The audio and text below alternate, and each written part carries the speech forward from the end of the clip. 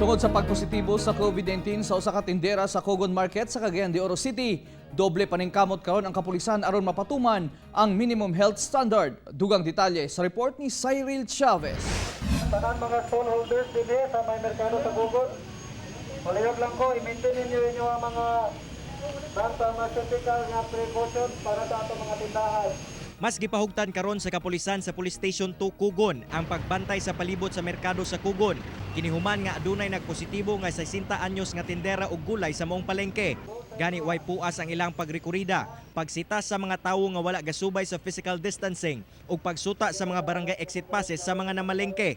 Doble usab ang ilang pagpahinumdom ngadto sa mga mamaligyaay nga magsulob og mga protective equipments. Disinfection, padayon gyapon natong disinfection before ka makasulod sa market. Kinahanglan na you have to wash your hands tapos kaning thermal scanner nga ginapahimutang diya sa silong sa public market. Suportado man hinuon sa mga tindero ug tindera sa Cogon ang hugot nga pagsuta sa kapulisan sa minimum health standard, sanglit nakasabot sila nga para kini sa ilang kaayuhan. Mas maayo na sir para kuan ba ma-safety tanan mga tao nga na makalikay sa mga bisag unsa nga sakit ana. Sangayon po mi nga na ang mahitabo.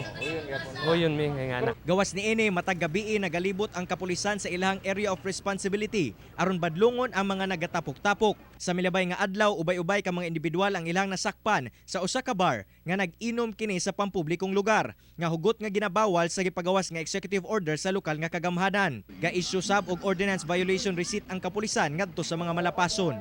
That night ato gyud dito na kuhaan ang mga violators. Ubay-ubay gyud.